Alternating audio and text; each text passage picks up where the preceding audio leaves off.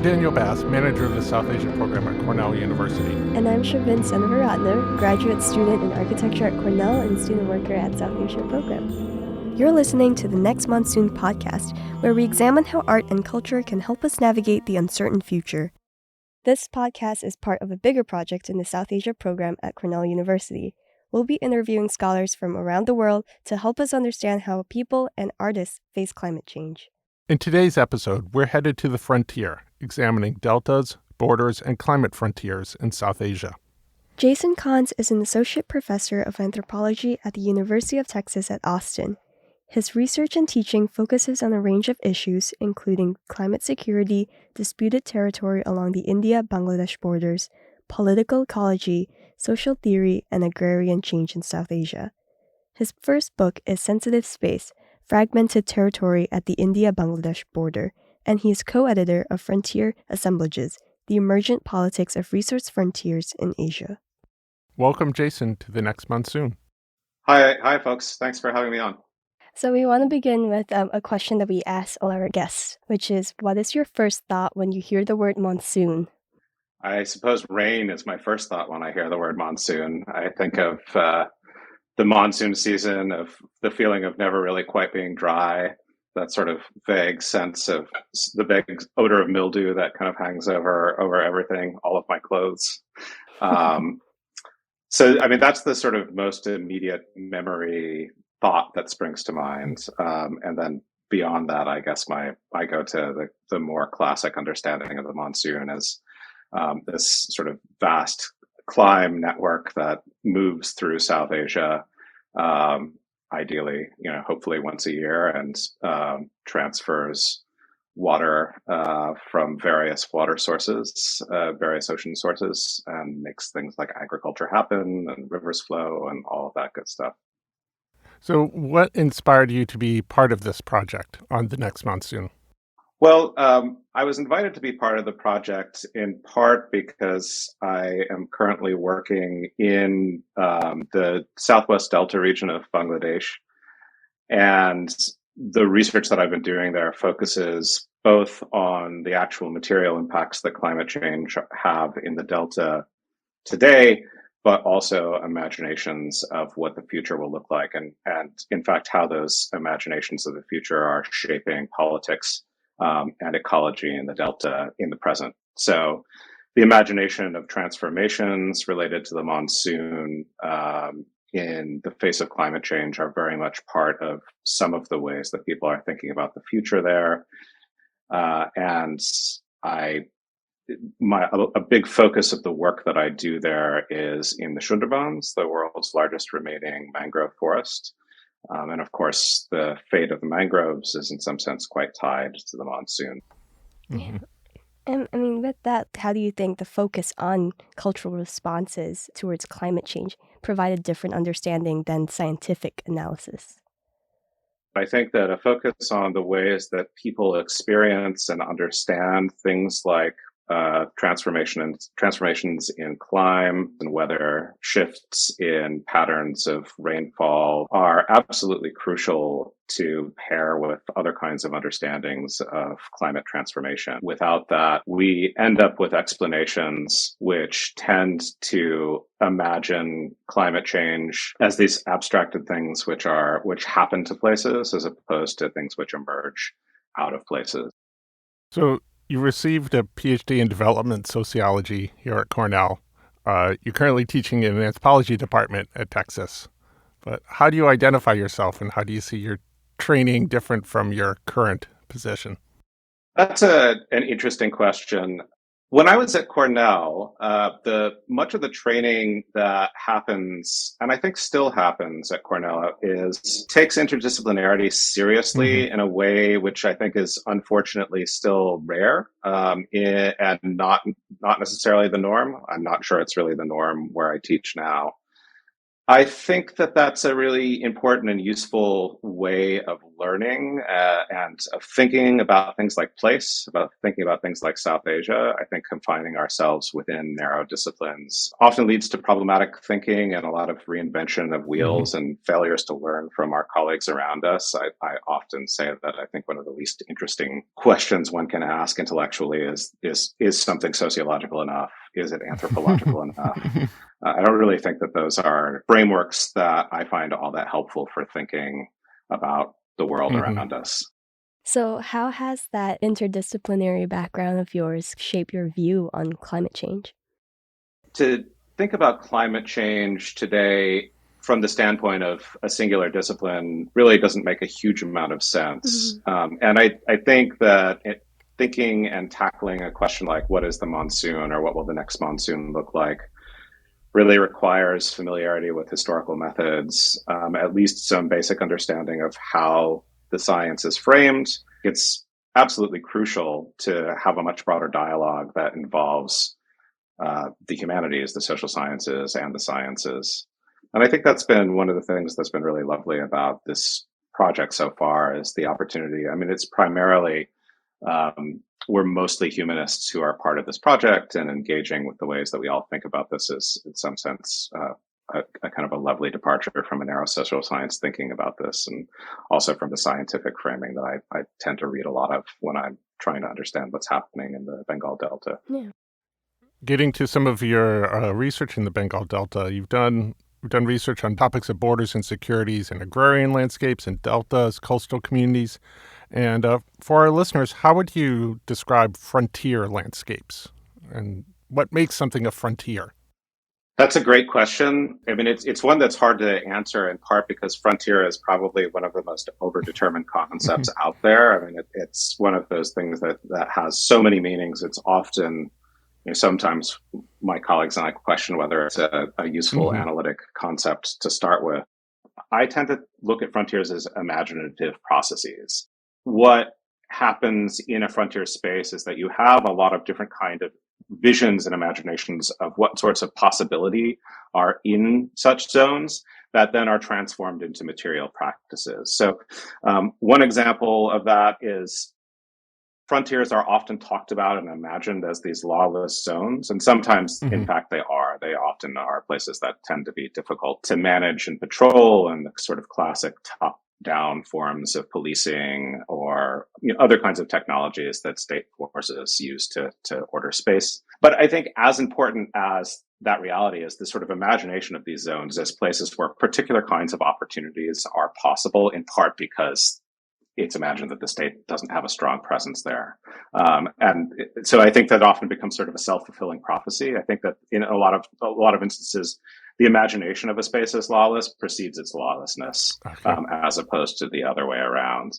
So a lot of the work that I and others have done around frontiers has been thinking specifically about resource frontiers, which is a concept that has been kicking around in political ecology for quite a long time, and is, at least until more recently, has typically been thought of as kind of a political economy process, right? Frontiers are this necessary mechanism within capitalism that allows for overaccumulation. It's a place where new capital can go and new kinds of resources can be extracted and incorporated, whether that be land or oil or palm oil or lumber or what have you.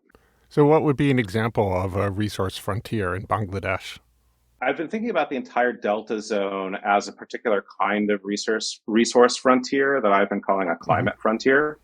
The way I define that is that in the last decade or so, the imminent presence of climate change, along with a whole host of new projects that have come in to try and manage its effects, have become sort of a dominant force that reshapes and reorganizes other forms of accumulation, other forms of resource extraction, and a whole broad suite of things related to life in these zones, both human and non-human. So the argument that I've been trying to make is that if we understand this space as this thing I'm calling a climate frontier, then that doesn't mean that we can ignore the kinds of historical processes that have allowed for environmental transformation in the Delta. For example, the rise of export-oriented brackish water shrimp aquaculture, or the long history of building embankments in islands in the Delta. but rather it's that debates that happen around those things are organized in relation to conversations about climate change. So climate becomes this kind of organizing pattern which transforms and reconfigures other processes of extraction and accumulation that are happening in this space. I guess with the shaping of the frontier landscapes, there are just many factors that come into play. But what do you think is one factor that creates most stress in these landscapes? I think it's difficult to answer that question in the singular. A lot of what I've been trying to show in my work is that there are lots of singular factors that impact people's lives. But what's really interesting about thinking about the climate frontier is the possibility of understanding the interconnection between some of these different processes. So Mhm. I'll give you a concrete example.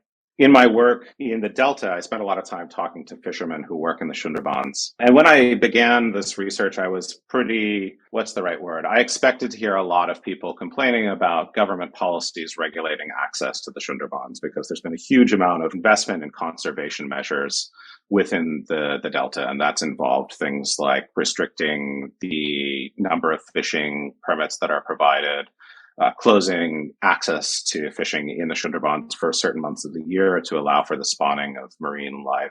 But what people really wanted to talk about was this massive explosion of banditry within the Sundarbans, which had led to a huge spike in people being kidnapped off of their boats and held for ransom.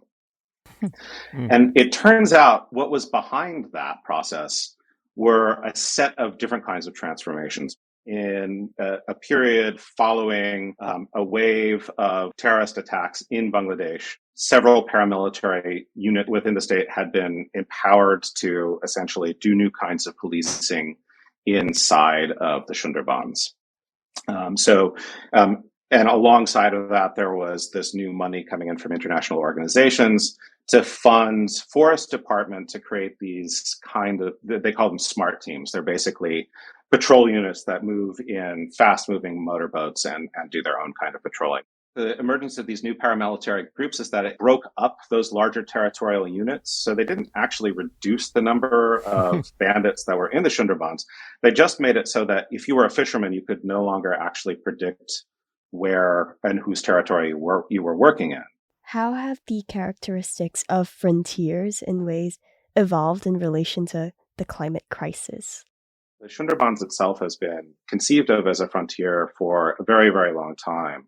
But the dynamics of those frontiers are always in flux and always shifting. And so there's a real sense right now in the Delta, or at least I read it this way, that part of what makes the present really difficult to navigate for people is that there are so many different imaginations of what the future might look like that are crowding into the Delta space at once. You have international organizations pouring huge amounts of money into conservation efforts, that you have lots of people talking about what the effects of climate change will be for people who live in the Delta. You also have a huge amount of projects that are crowding into the Bengal Delta that imagine the Delta as this sort of engine for industrial growth for Bangladesh. So, I mean, this particular frontier, I think, is quite confused and quite laden with these different kinds of imaginations.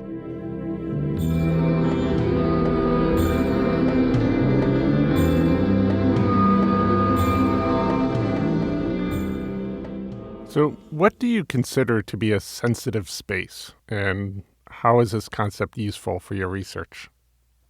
I haven't really been using that concept as much in my current research. My first project looked at a series of enclaves along the northern part of the India-Bangladesh border that were literally pieces of India inside of Bangladesh and vice versa. And the way that they'd been written about a lot was that like the weird fact of their geography was what made these zones problematic, Mm-hmm. made them havens for bandits and things like that, people trying to evade the law.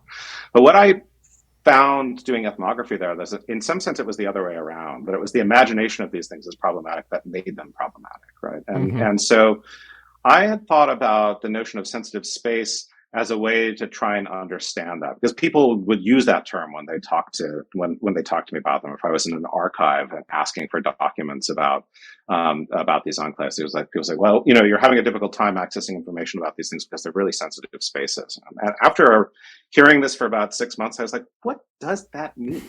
Anyway, Yeah. and I started to think of it as a way to understand the way these things were treated from afar, and also proximately as these as zones that were problematic because it was determined that they were problematic, right? Like not because of anything particular about them.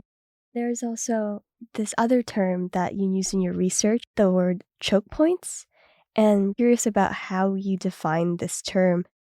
So choke points is a concept that a collective of us had started to think through. I mean, I think we sort of imagine it in some ways in sort of kind of standard logistical terms, right? I mean, choke points are often talked about as these places where lots of things kind of get funneled into and then funneled back out, that like they have to move through, and there's logistical complications with moving through those spaces. Ethnographically, what we were interested in thinking about choke points is, what does sociality look like inside of these zones? Others in the project thought about spaces like Siliguri in South Asia, right? The Chicken Neck, which is this kind of narrow strip of land, this highly sensitive space. We thought about tunnels that connect nation states like Georgia and Russia. And I started thinking about the Delta as an interesting choke point in the sense that I was just talking about it as. What I found to be interesting there is the fact that there were all these imaginations about what the future was going to look like that were crowding into the present. So I was thinking of the Delta as a choke point of future possibility, where, on the one hand, you have sort of the imagination of the Delta as this imminent wasteland, but also the Delta as a space, an arm for industrial development. In my own attempt just to understand how people thought about all of these things, which seems fundamentally incommensurate to me in the same place, like to ask, okay, if you are, say, someone involved in local politics, living in the Delta space, and it's your job to, on the one hand, think about climate change and its impacts on people who are your constituents, and on the other, to think about the imperatives for conservation that are flowing in from USAID, and also facilitate the development of ports to make the space work as an economic resource. How do you manage to think through all of those things? So I think that choke points are useful in thinking that question. So how do you compare like frontiers and choke points? Because choke points seem to be about constraints, and frontiers are about a lack of constraints. Like, how can one place be both a frontier and a choke point? That's an interesting question. I guess I hadn't really thought of them as antithetical in that sense. Yeah. So I think that they're not as antithetical as they might initially seem. I think a lot of the sort of the politics of frontiers is about navigating things that cause constraint and thinking beyond them. They are absolutely about possibility and openness. And I think in many ways, Mongla Port is like a frontier boomtown. It's like a sort of a classic, almost like textbook definition of what a frontier boomtown looks like. But it is absolutely a choke point, right? I mean, it's a choke point in sort of a kind of a classic sense. It sits on this river. It's at a point where the depth of the river starts to decrease. So you have this big issue of managing silt and figuring out how do you get big ships to a port, which is not a deep water port. But I think that these things often exist in similar spaces, even though they do. I think it's an interesting point to think of them as conceptually different, like the idea of unlimited freedom and possibility with constraint. I was also curious about when you talked about these imaginative solutions or just acts that take place in frontiers. Are they in ways reimagining the quality of life in a positive sense? That's a great question.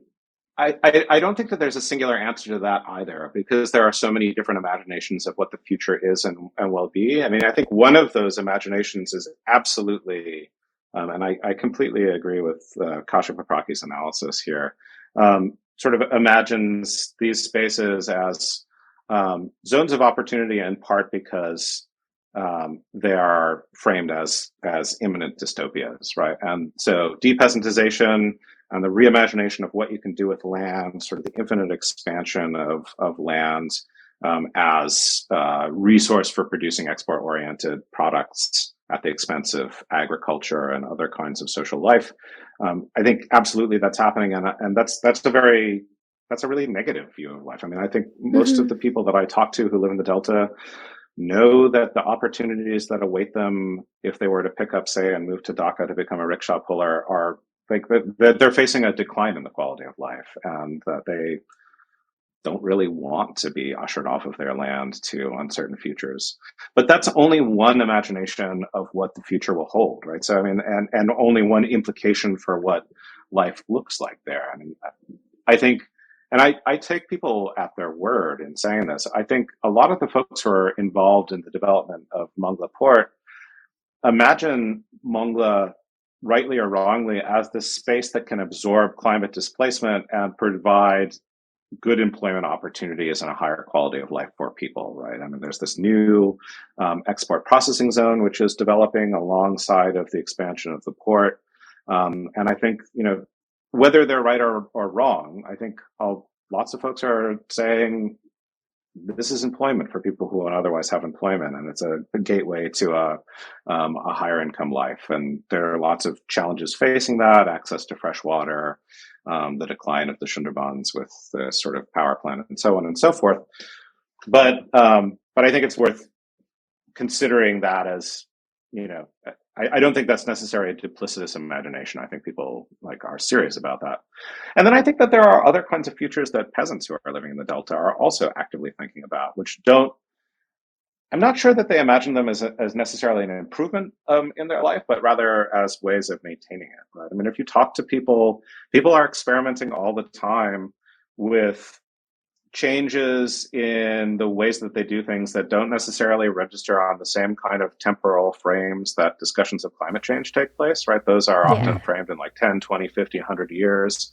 Whereas peasants are thinking what do I need to do to make sure that I've got water to irrigate my crops during the dry season next year, right? And I think people are always experimenting with that, right? And it's a very generative process of thinking through these things. And one of the questions that I really like to ask people, especially if I'm talking to a group of folks as opposed to individually, is what they think the government should do in terms of policies to sort of make it better for them to have livelihoods in the Delta.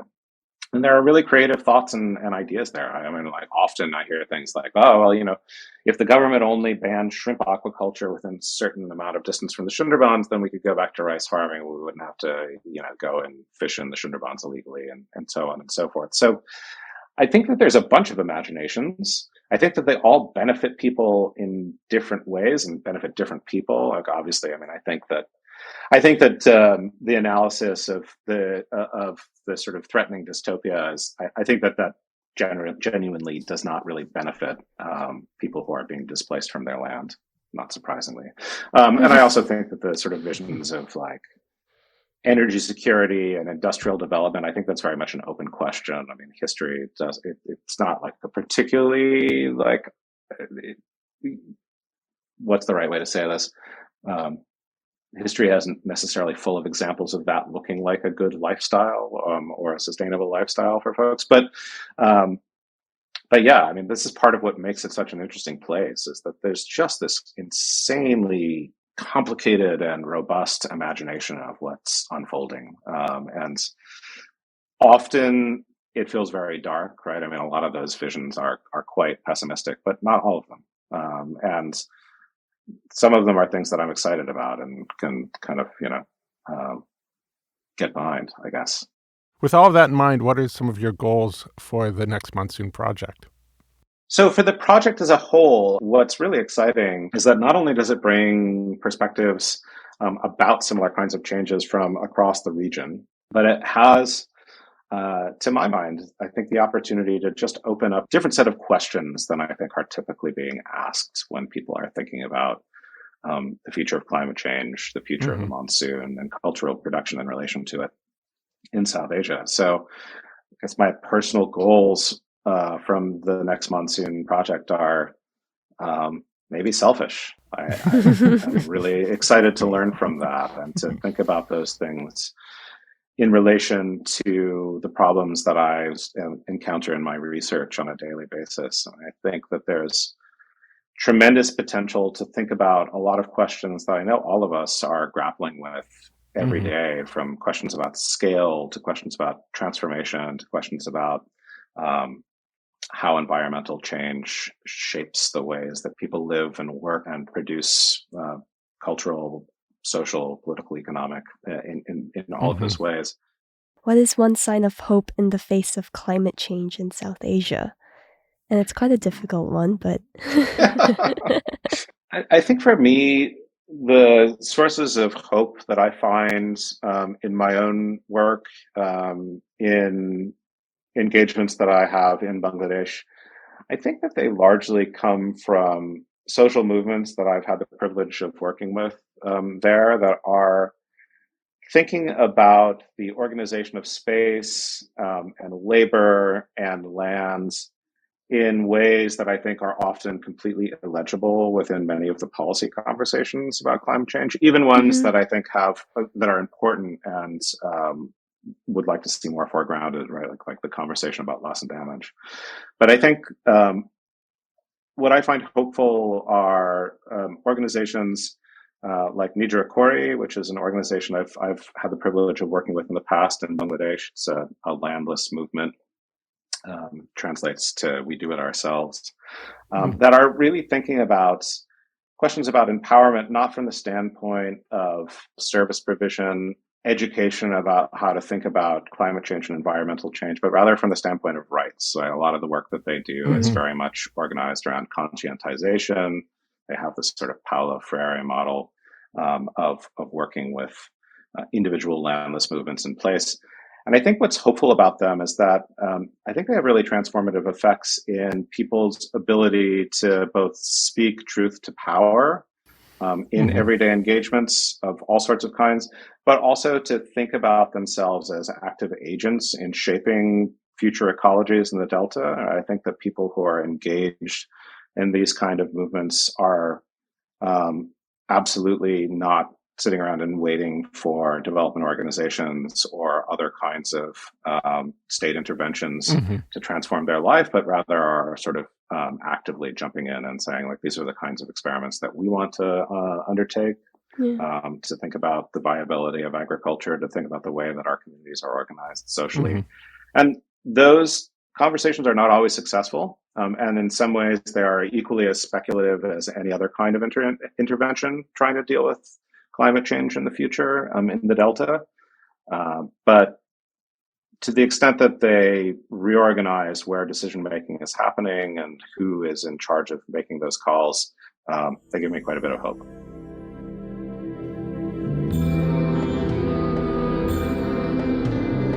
That's it for today's episode on the next monsoon. Next time, we'll be talking to Ahsan Kamal on riverine communities and balancing academia and activism in Pakistan. We would like to give special thanks to Sam Lubowitz and Angelica Kramer at Cornell's Language Resource Center for their assistance with recording this podcast. Shivin Senavaratna not only co-hosts this podcast, but is also our editor. Funding for the podcast and the entire Next Monsoon project comes from the National Endowment for the Humanities. Please follow the South Asia program on Twitter, Facebook, and Instagram at SAP Cornell. You've been listening to music by SAP Administrator Gloria Lemus Chavez and her partner Brandon Kane. Make sure to check out more of their work in the show notes. The ideas and opinions expressed in this podcast do not reflect those of the National Endowment for the Humanities, Cornell's Office of the Vice Provost for International Affairs, or any other official entity of Cornell University. I'm Daniel Bass. And I'm Shivin Senavaratna. Thank you for listening, and stay tuned for the next episode for new conversations and stories on the Next Monsoon.